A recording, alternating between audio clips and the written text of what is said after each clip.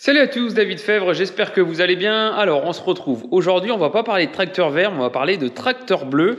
Vous l'avez vu, il y a quelques semaines, j'ai reçu toute l'équipe de Vitibot. Vitibot, eh bien, c'est un robot autonome. On l'a essayé, bien sûr, quelques parcelles ici à Belleval. Et donc, j'avais pas encore eu le temps de faire le montage de la vidéo. Et donc, c'est parti, c'est pour aujourd'hui. Et donc, on se retrouve à la fin de cette vidéo pour que je vous donne un petit peu mon ressenti. C'est parti pour voir un matériel assez révolutionnaire. Allez, c'est parti.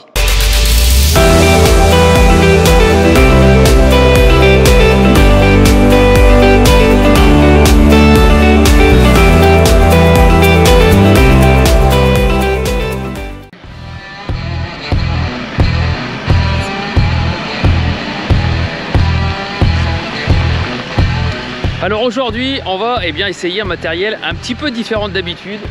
Vous l'avez peut-être déjà vu sur les réseaux sociaux, sur YouTube. C'est la team de chez Vitibot qui est là avec le Bacchus. Donc on a Jean-Baptiste, on a Vincent qui est là et puis on va partir dans les vignes. Allez, c'est parti!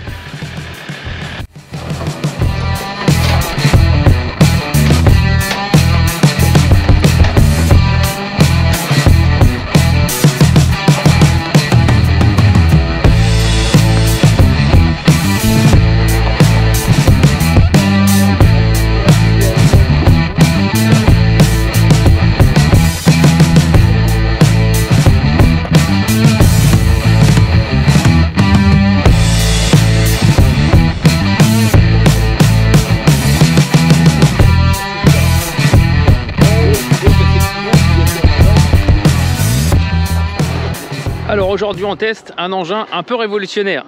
Alors on se retrouve avec l'équipe de Vitibot. Il y a ici la personne qui s'occupe surtout des plans, caméra, etc. Vincent qui est là, Jean-Baptiste qui est en train de prendre encore les cotes du tour de la parcelle où on va mettre le robot. Et donc on a la chance d'avoir ici le Bacchus, donc Bacchus de la société Vitibot. Vitibot qui est champenois, je le rappelle. Et donc là, on est équipé avec du matériel de travail du sol en configuration très très simple. On va faire qu'un rond, on va passer au milieu, ça va aller tout seul. Hop. Donc on a ici un disque qui ouvre un petit peu le rond de vigne, un intercept classique avec un palpeur. Et on fait en fait un seul rond, on ne fait pas l'autre côté du rond. Et petite nouveauté également, je vais retirer un petit peu la terre, on a les nouvelles lames Boisselet ici avec un angle d'attaque qui va permettre de faciliter le pivotement de la lame. Et donc on le voit un petit peu plus loin également une roue de terrage qui est l'autre côté de la lame qui permet d'équilibrer vraiment au maximum tout le jeu d'outils de travail du sol. Donc il y a deux versions de Bacchus, version L pour les vignobles larges et version S ici pour les vignobles de Champagne notamment. Donc voilà, on va l'essayer, on attend que la cartographie se mette à jour tranquillement et puis on va être parti bientôt. C'est bon, ça démarre. À partir de cet instant, le gyrophare démarre. Il s'enclenche et là il est autonome. Il y a mon radio.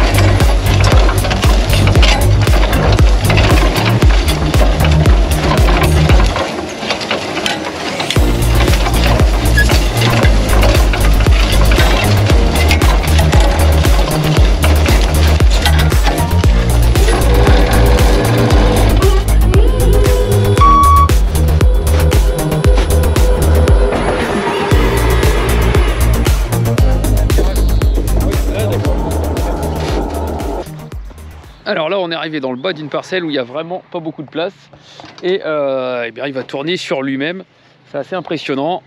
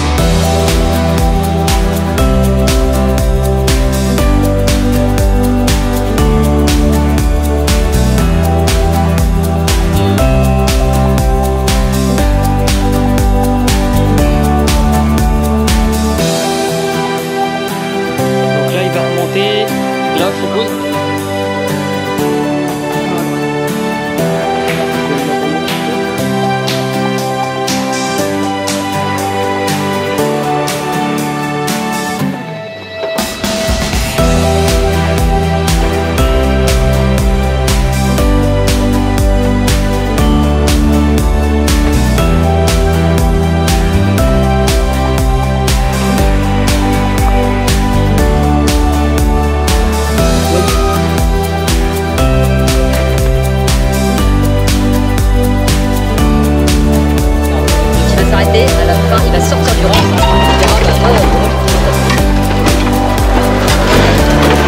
On verra, c'est intéressant de les suivre en sortie là-haut.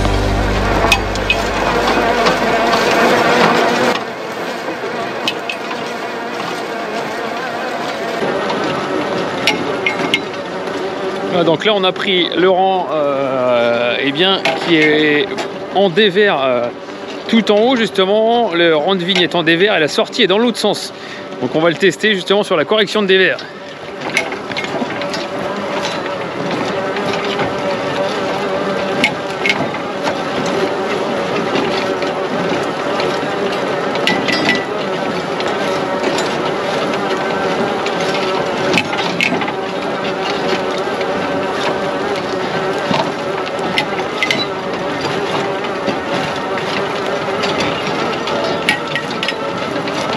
On le voit déjà, il corrige sur le dévers, là justement sur la gauche de l'écran. Tu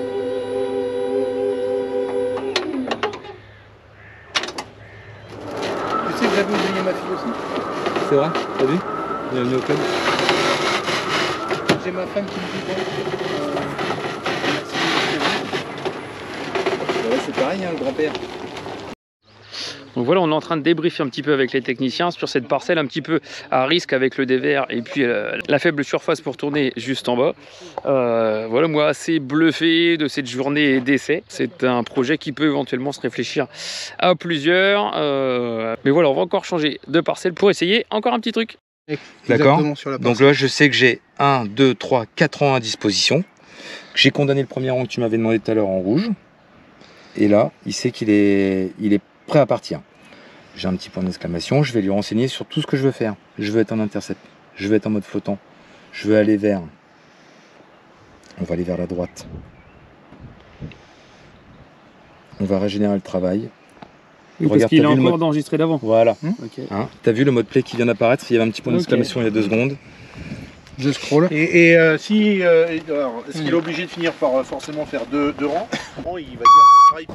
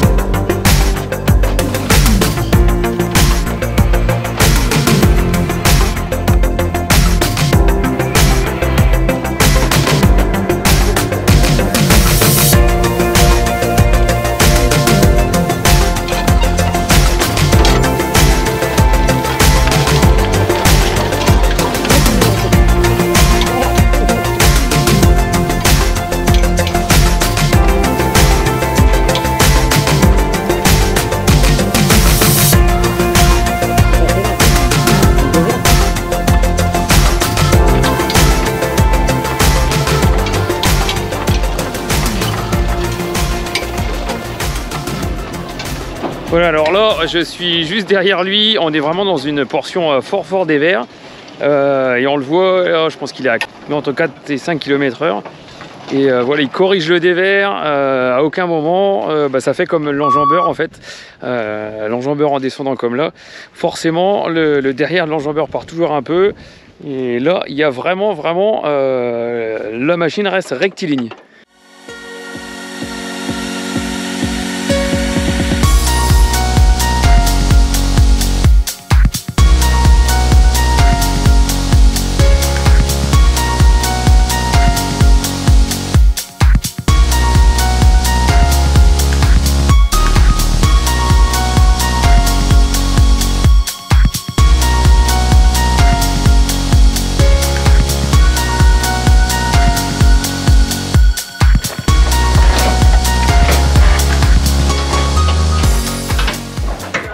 Bon, ça y est, on est en train de débriefer de la journée avec la belle casquette et surtout autour d'un verre. Donc merci à toute l'équipe Vitibot. Merci pour cette belle journée.